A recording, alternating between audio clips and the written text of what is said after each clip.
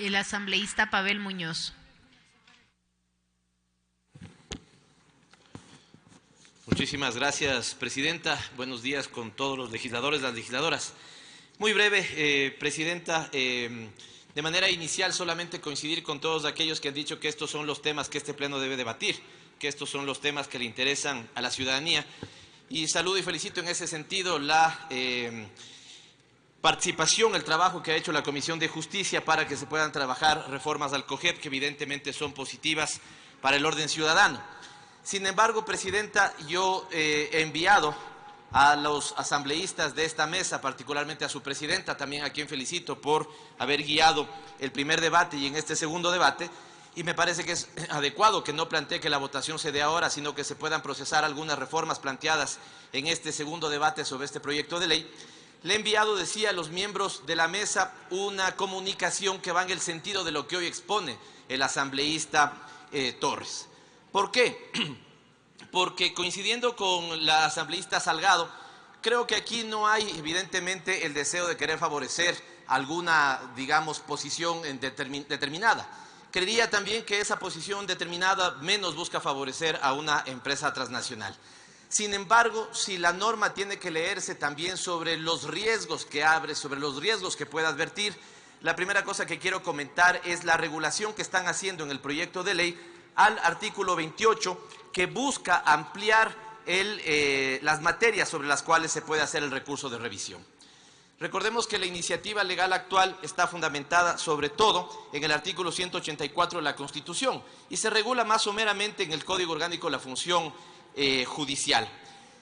Lo que de alguna u otra manera, o la orientación, el concepto, es que esto se ciña fundamentalmente a dos elementos: el derecho penal, ¿no es cierto?, y cuando estamos hablando de adolescentes infractores. Pero aquí lo que se está abriendo, asambleístas, son dos causales que en su interpretación podrían generar fallos, podrían generar problemas con los litigios que tiene el Estado generados por laudos internacionales. En ese sentido, la propuesta es absolutamente clara: la eliminación del numeral 3 y el numeral 4 como razones que pueden hacer la revisión, que pueden, digamos, mejorar la revisión, el recurso de revisión. Insisto, no estamos juzgando aquí solamente la intención que han tenido los legisladores para incorporar esto. Estamos juzgando si esa intención puede darnos un efecto no previsto. Y en algunos casos los efectos no previstos pudieran ser más perjudiciales que lo que la norma quiere proponer. En ese sentido, insisto en que nuestra propuesta es, hago también unos cambios de redacción, pero lo esencial y a donde apunta mi intervención es a proponerle a la presidenta de esta comisión y a los miembros que efectivamente analicen la eliminación de los numerales tercero y cuarto que se agregan para la revisión del recurso. El otro elemento tiene que ver, y lo hago con absoluta guía de lo que desde mi perspectiva ha significado la implementación de tratados bilaterales de inversión para el país. Yo he conversado en algunas ocasiones en este pleno y de manera particular con algunos asambleístas que los tratados bilaterales de inversión en realidad tienen más de elementos dogmáticos que elementos que han generado beneficio positivo al país. Y no lo estoy diciendo solamente desde la apreciación que yo como legislador puedo tener sobre este tema. Lo estoy diciendo basándome en una auditoría que el Estado ecuatoriano es el único que ha hecho, que ha tenido las siguientes características. Número uno, ha buscado la participación de expertos internacionales y de la sociedad civil. Por lo tanto, no fue hecha solamente con participación de representación pública, sino de expertos internacionales y de expertos de la sociedad civil. Número dos, ha buscado contestar una pregunta clave, y es si los tratados bilaterales de inversión han generado para el país efectivas contribuciones en la modificación de la inversión extranjera directa. Lastimosamente, y no es que aquí tengamos una postura, digamos, dogmática también nosotros, pero lastimosamente el resultado es que no. Los porcentajes de inversión extranjera directa en el país básicamente se han mantenido estables en el tiempo, y los TBIs no han modificado de manera sustancial. Cuando los TBIs han generado más inversión ha sido justamente en materias extractivas, el caso petrolero, y hoy no dudaría que sea el caso minero. Pero no es que el hecho de tener un TBI pueda necesariamente garantizar más inversiones en el Estado.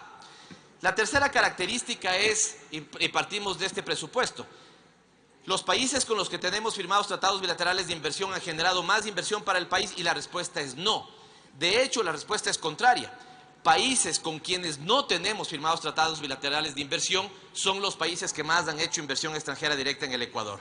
Y la última, que es la más preocupante, es que si uno considerara el total de beneficios que los ecuatorianos, que el Estado ecuatoriano ha tenido entre el monto total de inversiones y el monto sobre el cual tenemos litigios activados en centros de arbitraje, es mucho mayor el segundo. Si ha llegado a sumar a lo mucho cerca de 5.000 millones de dólares lo que se ha invertido por el uso de TBIs, son cerca de 14.000 millones de dólares por los que el Estado ecuatoriano ha estado demandado. En ese sentido, si nosotros, y en este momento se disputan cerca de 11.000 millones de dólares, donde se le pide al Estado ecuatoriano compensaciones. La composición de la mesa de justicia ventajosamente es una mesa técnica que conoce los elementos del derecho. Y por lo tanto lo que les pido es, por favor, analizar si la modificación que están haciendo también al procedimiento de reconocimiento y homologación de laudos arbitrales no está abriendo la puerta para que se vea menoscabada la posibilidad de defensa de los intereses nacionales, de los intereses del Estado. Por favor, asambleístas, pónganle a esto mucha atención.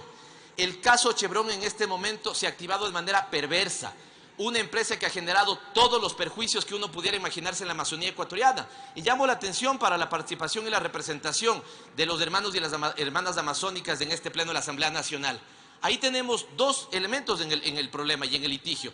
El uno de privados contra Chevron y el otro del Estado contra Chevron.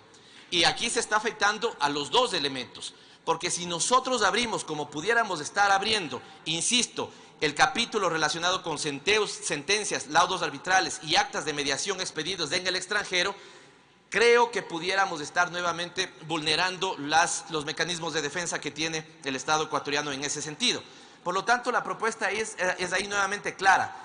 Pido, y nuevamente pido también a la presidenta de la comisión que pueda compartir el oficio que le envié con el resto de miembros, que básicamente se recuperen algunos elementos de la redacción actual del COGEB.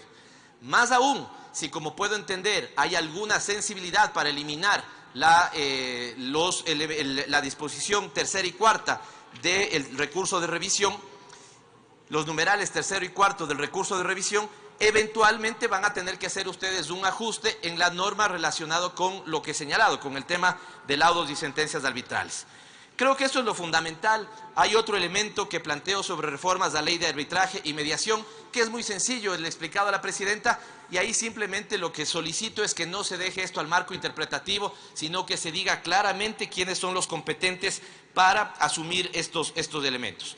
Cierro con esto, felicitar nuevamente